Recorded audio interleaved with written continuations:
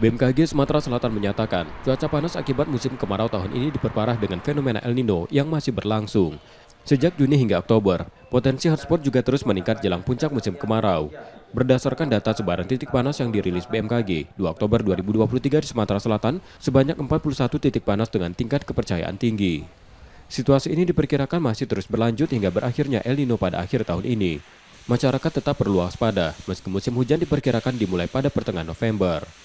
Untuk tingkat kerawanan karhutla sesuai dengan prediksi kami bahwasanya di awal bulan Maret lalu kami memprediksi bahwasanya di tahun ini ada fenomena El Nino sehingga potensi hotspot di wilayah Sumatera Selatan yang notabene lahannya kebanyakan adalah lahan gambut itu berpotensi sekali hotspot timbul sangat banyak akibat adanya El Nino tersebut.